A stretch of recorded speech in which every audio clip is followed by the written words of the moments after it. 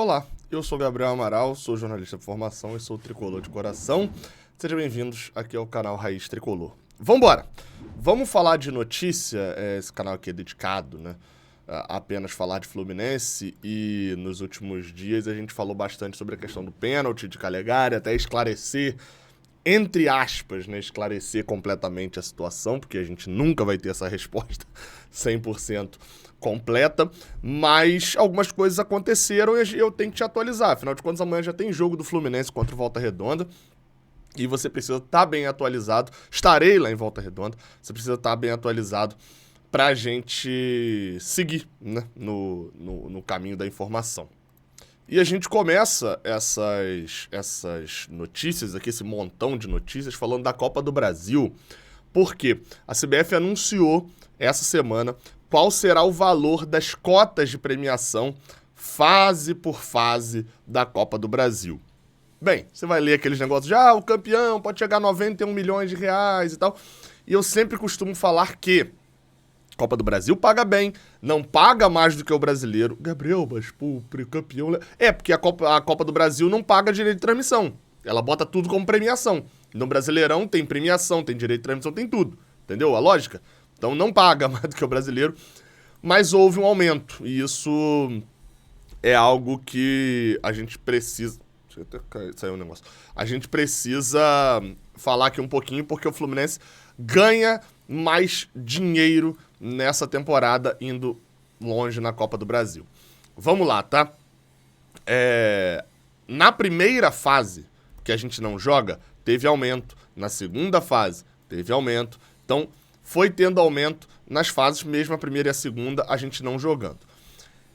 A gente entra na terceira fase, que é quando tem 32 times.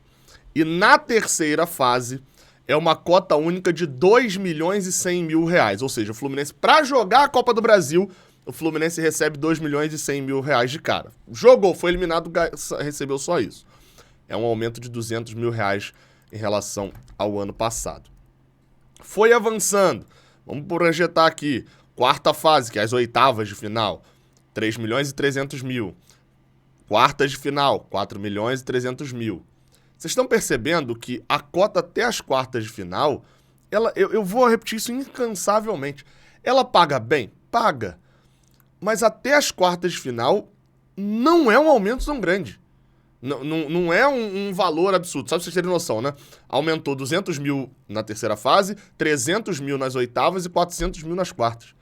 Qual que é o meu ponto? Se você for passar até as quartas de final da Copa do Brasil, que eu sempre falo que é o básico pro Fluminense. O básico pro Fluminense é não estar hoje não estar nas quartas de final.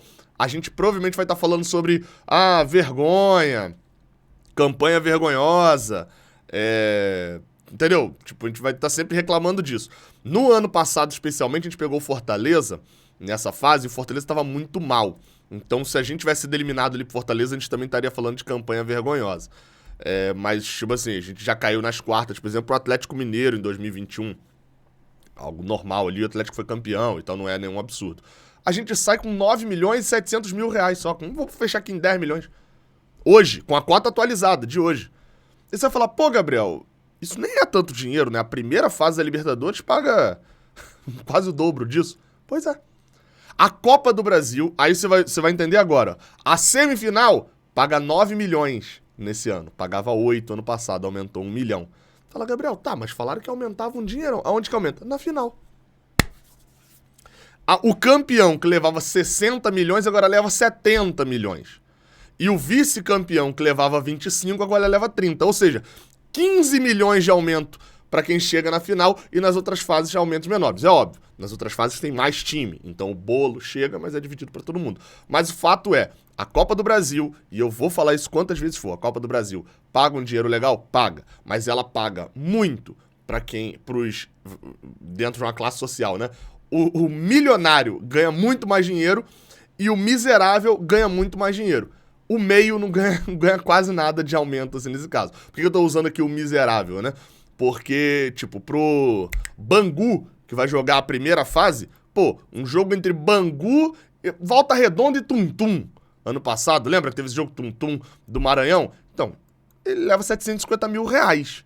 pra um jogo desse. Claramente não vale isso, mas... Então, assim, na primeira fase, na segunda fase, paga muito além do que deveria pagar, entre aspas, né? Porque se tá pagando é porque deveria pagar isso. E na final paga muito. O time que vai até as quartas de final, ali do meio do bolo, esse se ferra financeiramente na Copa do Brasil. Enfim, tá aí, uma análise. Considera se inscrever aqui embaixo, tá? Dar o like, comentar, fazer isso tudo, dá uma moral. Vamos para as outras notícias. Esse da Copa do Brasil eu acabei me estendendo ali um cadinho mais, porque era importante passar essa visão.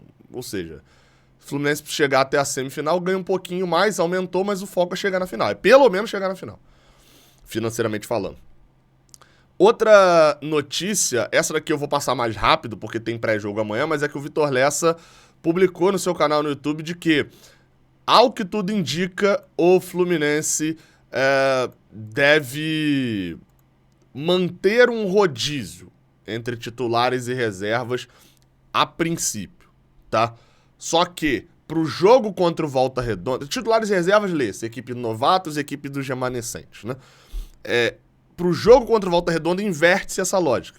Ou seja, joga de novo uma equipe parecida com a que jogou no domingo, pode ter uma outra mudança e tal, e no domingo contra o Audax, joga a equipe que jogou lá atrás contra o Boa Vista, que jogou contra o Nova Iguaçu, a equipe dos novatos. Então, a princípio é isso. Eu vou debater mais isso amanhã, no pré-jogo, com calma, mas vou repetir aqui mais uma vez. Se a gente estiver vendo amanhã de novo contra o Volta Redonda, o mesmo time escalado, Fábio, Samuel Xavier, Nino, Manuel, Calegari, André, Martinelli, Iago Felipe, John Arias, Ganso e Cano, segue, pra mim, sendo um erro. Eu venho falando há tempo, precisa misturar os times. Aí é minha opinião. Desde a segunda rodada, na verdade, quando isso aconteceu, eu fiquei batendo essa tecla. Precisa misturar os times, precisa integrar. E eu nem tô falando da saída de Iago Felipe, porque às vezes, tipo assim, vamos lá, pode tirar Martinelli do time, botar Iago Felipe, ele vai render mais. Muita gente até tava falando, no vídeo que eu lancei hoje mais cedo, Michel Araújo jogou fora de posição, ele não é meia central, ele é meia um pouquinho aberto pela esquerda e tal. O Iago Felipe foi o pior do mês. E o Iago Felipe também não tá jogando na posição dele, que seria segundo volante, tá jogando quase que aberto pela ponta, às vezes. Então, assim, não dá pra gente querer criticar sem a base geral ali. Então, assim, nesse momento, pra mim, não é nem a questão de organização do time dentro de campo, nada disso. É criar um time. No ano passado, com o Abel, a gente via time titular e via time reserva, mas um cara que estava se destacando na reserva virava titular e tal. Isso vai culminar ali naquela semifinal e tal. O jogo contra o Olímpia, lá no Paraguai, alguns jogadores que estavam no time reserva, John Arias e Martinelli, se eu não me engano, que estavam jogando bem no time reserva, viraram titular. Deu errado, porque virou no jogo difícil. Então, assim, isso teria que estar acontecendo por agora, para não acabar acontecendo nas semifinais, finais do Carioca, no início da Libertadores. Mas não é a visão do Fernando Diniz. Enfim. Pra próxima, amanhã eu falo disso no pré-jogo. Outra notícia é sobre novos uniformes. Exatamente, o Fluminense está lançando a nova coleção de uniformes. Aí, vamos lá, assim, não são ainda os uniformes de jogo, mas a gente tá naquela época em que vão começar a aparecer os uniformes de jogo, né? A gente tá aparecendo agora já os uniformes de treino. Esses uniformes foram divulgados pelo próprio Fluminense, Nino e Marcão apresentando aí, né? A princípio, essa camisa de treino, né? Que muita gente falou que a camisa é o Fluvelis, né? Que é o grená em cima com um V branco no meio da camisa e o verde estampando o resto da camisa. Esse é o uniforme de treino dos jogadores. E o que Marcão tá vestindo, que é um azul claro, sem o V branco, né? Só o azul claro, mas o corte em V ali, com o grená na parte de baixo, é o uniforme de treino da comissão técnica, pelo que eu entendi. Eu chutaria que era dos goleiros, né? Mas confesso que nas matérias que eu li falava de treino da comissão técnica, não sei. Bem, fato é, esses dois uniformes, tá aqui ó, com alguns mais detalhes, já devem estar à venda em breve, o Fluminense já deve utilizá-lo também em breve nos seus treinamentos. Tem até um V, né? Eu tô olhando agora, tem um V em azul claro, um pouquinho mais escuro do que o azul claro da parte de cima.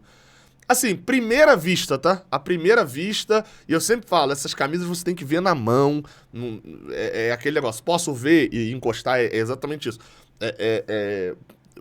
Porque é diferente. Ó, por exemplo, naquela foto do Marcão, não dava pra perceber esses FFC na camisa aqui em cima, por exemplo.